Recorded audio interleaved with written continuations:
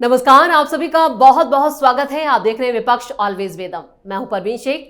वक्फ कानून ने एक बार फिर विपक्ष की असलियत सामने ला दी। मुस्लिम संगठन, मुस्लिम नेता खुद को ठगा हुआ महसूस कर रहे हैं, जिससे विपक्षी पार्टियों में ही खींचतान शुरू हो चुकी है। और इस बीच मायावती ने राहुल गांधी और इंडी गठबंधन पर निशाना साधा। मायावती ने साफ कहा है कि वक्फ बिल पर लंबी चर्चा में नेता प्रतिपक्ष का कुछ नहीं बोलना, अर्थात सीएए की तरह संविधान का उल्लंघन होने का मामला होने के बावजूद इनका चुप्पी साधे रहना क्या उचित है। नेता प्रतिपक्ष के इस रवैये पर इंडी गठबंधन में बेचैनी है, जबकि मुस्लिम समाज आक्रोशित है। वहीं बंगाल में वक्फ कानून के खिलाफ विरोध प्रदर्शन हिंसक हो चुका है, जिसमें 3 लोगों की जान जा चुकी है। मुर्शिदाबाद के कई इलाकों में हिंसा और आगजनी। मुर्शिदाबाद में ही भारी पुलिस फोर्स और बीएसएफ तैनात है। हिंदुओं के घरों और दुकानों को टारगेट कर हमले किए जा रहे हैं। सूती, जंगीपुरा और मूसा में भी उपद्रवियों ने बवाल काटा हुआ है। तो कैसे वक्फ पर मचा है बवाल, इसी पर चर्चा के लिए स्टूडियो मौजूद हैं कैपिटल टीवी के editor in chief doctor Manish Kumar और एग्जीक्यूटिव एडिटर राजीव कुमार। आप दोनों का बहुत बहुत स्वागत है। धन्यवाद। डॉक्टर साहब, वक्फ को लेकर असलियत सामने आ गई है विपक्ष की। जिस तरह का इनका स्टैंड लिया वो सामने आया है और अब इन्हीं की पार्टियों में खींचतान शुरू हो गई है। देखिए, मुझे लग रहा है कि कांग्रेस पार्टी को डिसओरिएंटेड होकर के राजनीति करने की बीमारी हो गई है। वो नेता, वो पॉलिटिकल पार्टी जिनकी आंख, नाक, कान, शरीर वो जमीन पे नहीं रहता, मतलब आपके पास अगर फीडबैक का सही सिस्टम नहीं है तो आप सीखोगे नहीं, गलती करोगे। जिस दलदल में कांग्रेस पार्टी फंस गई है और सारा विपक्ष फंसा है, उससे निकलना बड़ा मुश्किल हो गया है। कारण मैं बता दूं, कांग्रेस पार्टी 1986 के समय 400 प्लस सीटों वाली ऐतिहासिक सीट वाली सरकार राहुल गांधी के पिताजी राजीव गांधी चला रहे थे। और एक ऐसे सांप को जाकर के उन्होंने दूध पिलाया कि जो ऐसा डसा कि उसके बाद से कांग्रेस पार्टी फिर खड़ी नहीं हो पाई। उसके बाद से फिर वो खड़ी नहीं हो पाई। फिर कभी कांग्रेस पार्टी को बहुमत नहीं आया। 400 से वो जो सांप, मैंने सिमिली इसलिए ड्रॉ किया, वो सांप छिड़ी वाला होता है ना, 99 पे सांप बैठा हुआ होता है, वो काटता है तो सीधे 3 नंबर पे आता है जी, है ना। तो वो वहां पे ऐसा सांप डसा कि उसके बाद से कांग्रेस पार्टी वापस नहीं आ पाई। और वो सांप का नाम क्या है? उस सांप का नाम है all India Muslim personal law board. ये कहानी है कि वो एक बूढ़ी महिला है ना, शाहबानो, सुप्रीम कोर्ट से फैसला आया, कट्टरपंथियों ने यही तमाशा किया जो आज मुस्लिम पर्सनल लॉ बोर्ड की तरफ से किया गया कि हम शाहबानों के समय जैसा हमने किया था वही काम हम करेंगे। तो सब कुछ तो वो साइंटिफिक सिस्टम है ना।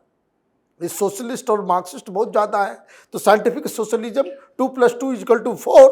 तो उस समय जो तुमको काटा, तुम झुके, उसके सामने तुम रेंगने लगे कट्टरपंथियों के सामने, तो कांग्रेस पार्टी कहां रसातल में गई? रसातल में गई ना। और मुस्लिम अपीजमेंट आपने ठोक के किया तो आडवाणी और अटल बिहारी वाजपेयी ने कहा, अच्छा तुम दाढ़ी टोपी ज्यादा तुमको पसंद है तो राम मंदिर हमने शुरू कर दिया। तो ये तो सोशल साइंस की थ्योरी है कि जहां आप इस तरह की पॉलिटिक्स आप करोगे तो उसके खिलाफ उसका एंटीथेसिस तो क्रिएट होगा ही। तो जितना आप मुस्लिम अपीसमेंट करोगे, हिंदुत्व की राजनीति अपने आप पनपेगी। तो अभी तो ये काम किया है, अब ज्यादा जितना प्रोटेस्ट बढ़ेगा ये लोग फिर और करेंगे। फिर अभी काशी आ जाएगा, मथुरा आ जाएगा। लंबी आपके पापों का कारवां जो है वो इतना लंबा है कि अभी फिर प्लेसेस ऑफ वर्शिप एक्ट आ जाएगा नंबर पे, सारी चीजें निशाने पे आ जाएंगी। लेकिन क्या कांग्रेस पार्टी सीख नहीं पाई? कांग्रेस पार्टी, आप देखिए, पार्टी टूटी थी, सरकार गई तो फिर वापस नहीं आई अपने दम पे। फिर उसके बाद हाथ पैर जोड़ करके इनको जो है सरकार बनाना पड़ा।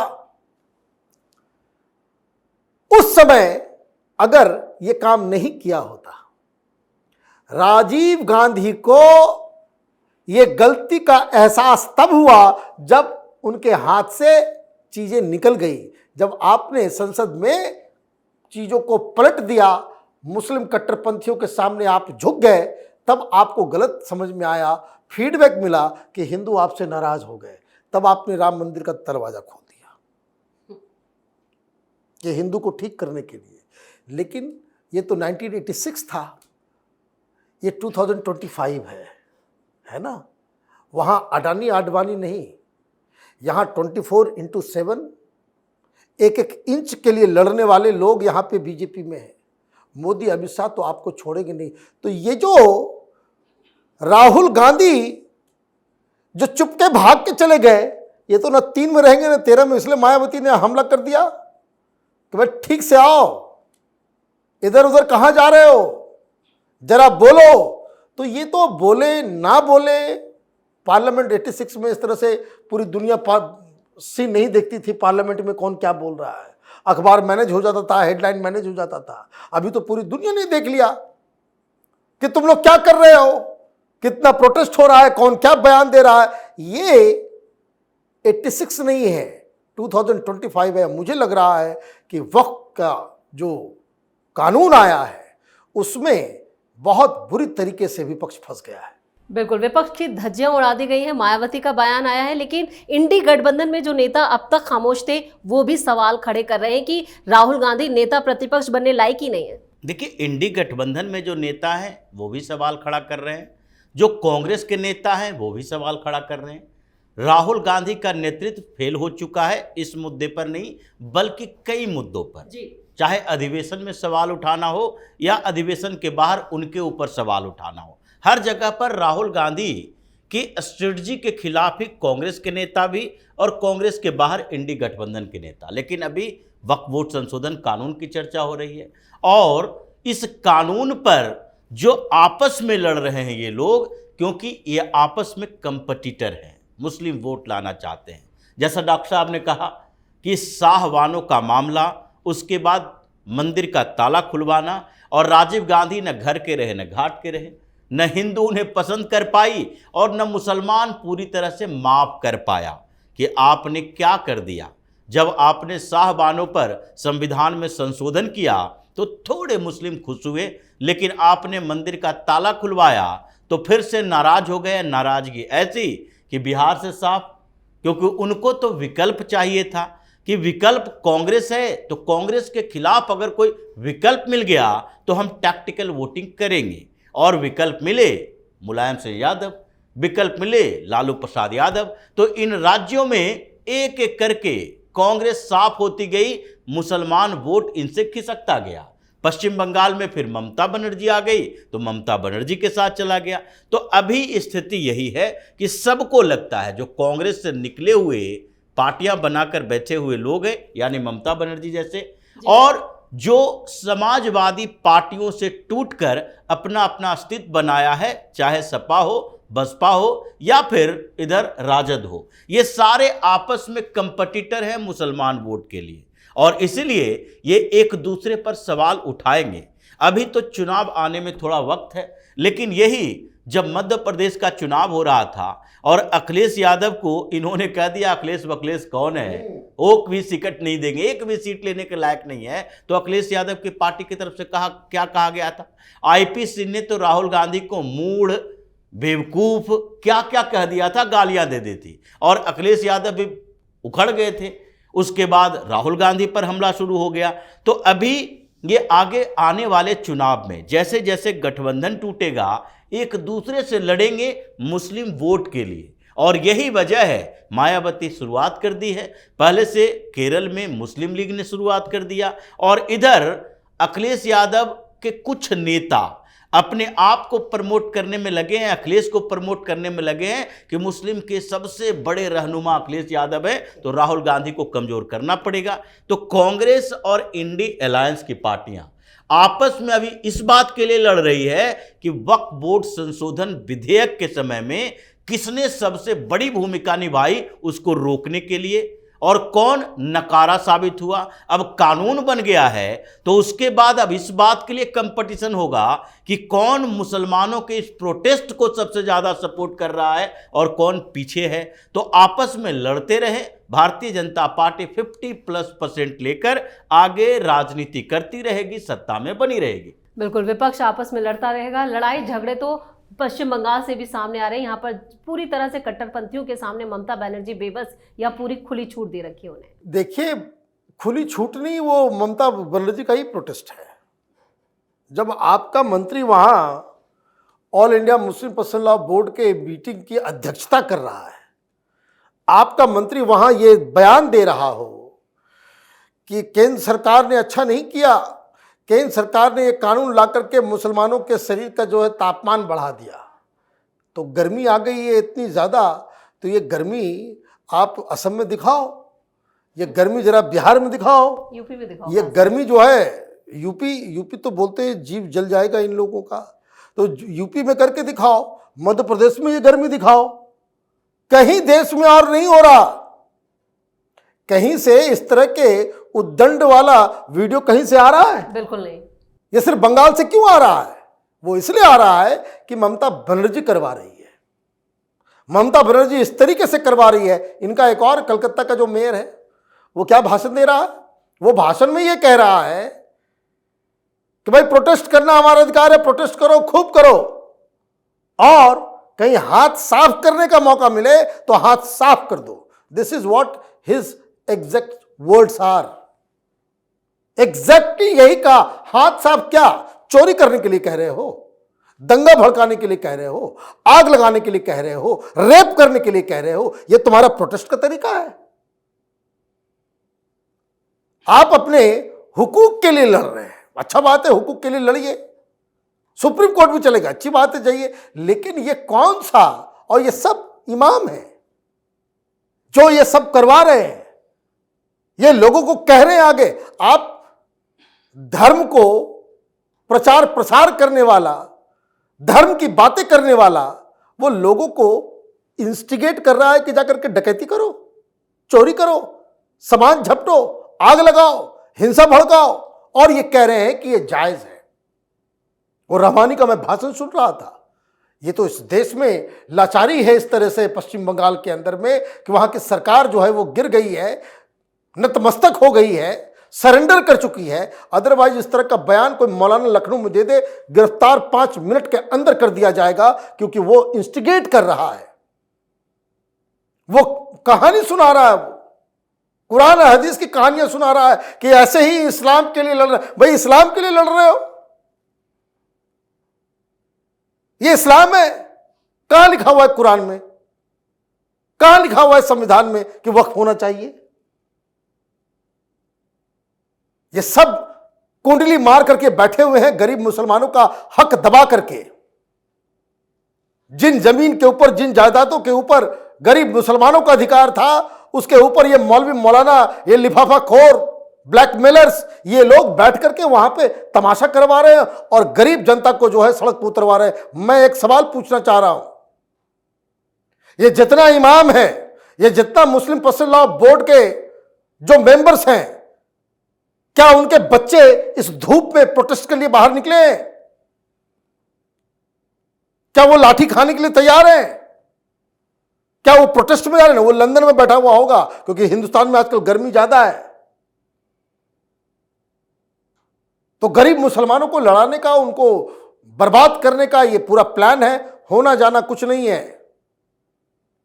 ये रहमानी और ये तमाम लोग जो हैं, ये उस मुगालते में ना रहे कि हमने जो है साहबानों में जैसा आंदोलन किया था, सरकार झुक गई थी तो वही झुक जाएंगे। यहां कमर की रीढ़ की हड्डी टूट जाएगी आप लोगों की, सरकार टस से मस नहीं होगी। बिल्कुल। जो बंगाल से तस्वीरें आ रही हैं हिंसा की, क्या उससे जो मुस्लिम संगठनों का ये आंदोलन है वो कमजोर पड़ेगा और सुप्रीम कोर्ट में भी इनके जो आधार होगा उस पर भी असर पड़ेगा? देखिए, सुप्रीम कोर्ट में आधार इससे मजबूत होगा या कमजोर होगा, इससे वहां के जजों का कोई लेना देना नहीं है। वहां के जजों को अगर ऐसा लगता तो कब के स्वतः संज्ञान ले चुके होते पश्चिम बंगाल में जो चलता रहा है। जी। पश्चिम बंगाल में महिलाओं के साथ रेप हुआ, कभी सुप्रीम कोर्ट जागी नहीं। उनके जजों ने स्वतः संज्ञान नहीं लिया। यहाँ तक कि पश्चिम बंगाल में पोस्ट पोल वायलेंस हुआ, गांव के गांव उजाड़ दिए गए और वहां से भाग भाग कर लोग झारखंड में, उड़ीसा में जाकर छिपे। लेकिन सुप्रीम कोर्ट के जज स्वतः संज्ञान के आधार पर वहां की व्यवस्थाओं के खिलाफ कुछ बोले नहीं। मणिपुर में यही हिंसा हुई और उसके बाद इन्होंने कमेटी बना दी, अपने मर्जी से स्वतः संज्ञान ले लिया। सुओ मोटो ये सामने दिख रहा है कि इतने हिंसा हो रहे हैं, तो सामने पश्चिम बंगाल नहीं दिख रहा? पश्चिम बंगाल भी दिख रहा है। तो इसलिए सुप्रीम कोर्ट पर भरोसा नहीं है कि इन मामलों का दबाव उनके ऊपर पड़े कि नहीं, ये तुम ऐसा अगर प्रोटेस्ट करते हो तो हमारे पास आने की क्या जरूरत है। आपको एक बार तय करना पड़ेगा, मुस्लिम समाज को भी तय करना पड़ेगा कि तुम कानून संविधान में भरोसा रखते हो। अगर रखते हो तो फिर सुप्रीम कोर्ट में लड़ाई लड़ो। अगर इस भरोसा नहीं है संविधान पर, कानून पर, संसद पर, सुप्रीम कोर्ट पर, फिर सड़क पर संघर्ष करो। ये दोनों जगह पर अपने ही फायदे के लिए काम नहीं कर सकते कि जहां जरूरत पड़े कानूनी लड़ाई लड़ेंगे, जहां लगे कि दबाव डालना है तो हिंसा पैदा करेंगे। लोकतंत्र में पीसफुल प्रोटेस्ट का अधिकार है, लेकिन ये दंगा करने का अधिकार तो नहीं है। और ममता बनर्जी जो कर रही है, जैसा डॉक्टर साहब ने कहा, ये ममता बनर्जी के इशारे पर है, तो इशारे पर है और इसका परिणाम भी ममता बनर्जी को भुगतना पड़ेगा। जैसे पंजाब में किसानों को खुली छूट दे दी थी अमरिंदर सिंह ने, कैप्टन अमरिंदर सिंह मुख्यमंत्री थे, कहा कि लो यहाँ पर हंगामा करो, प्रदर्शन करो और थोड़े दिन के बाद दिल्ली की तरफ जाओ। ऐसे ही ममता बनर्जी बोल रही है।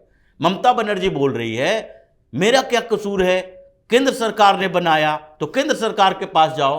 तो मतलब पश्चिम बंगाल से आओगे दिल्ली तक प्रदर्शन करने के लिए, पंजाब से तो हरियाणा होते हुए यहाँ चले आए, लेकिन पश्चिम बंगाल से बिहार होते हुए ट्रेन से यहाँ नहीं आ सकते, कोई साधन नहीं है। बिहार में भी वही इलाज होगा जो पिछली बार हरियाणा में वो किसान संगठन जो कि पंजाब से होकर हरियाणा से गुजरते हुए दिल्ली आना चाहते थे, उसका बॉर्डर इलाके में हुआ, शंभू बॉर्डर पर जो हुआ, वही इलाज हो जाएगा। इसलिए ममता बनर्जी अब उसे बाहर निकाल नहीं सकती। प्रदर्शन करवाएगी कि मुस्लिमों में एकता हो, और दूसरी तरफ प्रदर्शन के आधार पर ही हिंदू थोड़ा एक होगा। इस बार एंटी इनकम्बेंसी भी उनके खिलाफ है, और साथ ही पश्चिम बंगाल में भारतीय जनता पार्टी पहले से बड़ा आधार बना चुकी है। अब उसके पास ज्यादा लीडर भी हैं और आक्रामक लीडर भी हैं। इसलिए पिछली बार के चुनाव में ये 3 से 70 पर पहुंची थी, इस बार के चुनाव में 70 से 150 पर पहुंचेगी, 200 पर पहुंचेगी, सरकार बनाने की स्थिति में तो आ जाएगी। इसलिए ममता बनर्जी के लिए अंतिम चांस है। ये अब आगे उछल कूद नहीं मचाएगी, लेकिन इसका प्रभाव पड़ेगा। जितना ये प्रदर्शन हंगामा करेगा उतना ही केंद्र सरकार को एक मौका मिलेगा कि इस बार पश्चिम बंगाल का चुनाव ममता बनर्जी के मुख्यमंत्री रहते हुए नहीं होना चाहिए, उससे पहले कुछ समय के लिए राष्ट्रपति शासन लगाओ और वहां पर केंद्रीय सुरक्षा बल, केंद्र के फोर्सेस वही चुनाव में भाग ले। पश्चिम बंगाल की पुलिस पर भी भरोसा नहीं है, जो दंगाइयों को देखकर गोली नहीं चलाती, अपनी गोली खा लेती है। यही उत्तर प्रदेश में है। योगी ने कह दिया है गोली खाने से पहले गोली चलाओ, तब पता चलेगा कि दंगा करने का परिणाम क्या होता है। इसलिए पश्चिम बंगाल में जो अराजकता का माहौल है उसका परिणाम भी ममता बनर्जी को भुगतना पड़ेगा। चलिए, इस तमाम जानकारी के लिए और सटीक विश्लेषण के लिए आप दोनों का बहुत बहुत धन्यवाद। धन्यवाद। वक्त पर मचे बवाल से साफ है कि विपक्ष की सियासी जमीन मोदी ने खिसका दी है। विपक्ष इस वक्त बुरी तरह से छटपटा रहा है, हर तरफ से उसे निराशा और हताशा का सामना करना पड़ा है, जिससे साफ है कि विपक्ष ऑलवेज बेदम है। इस खास शो में इतना ही। वीडियो कैसा लगा कमेंट करके अपनी राय जरूर दें। वीडियो को लाइक करें, शेयर करें और कैपिटल टीवी को सब्सक्राइब जरूर करें। धन्यवाद।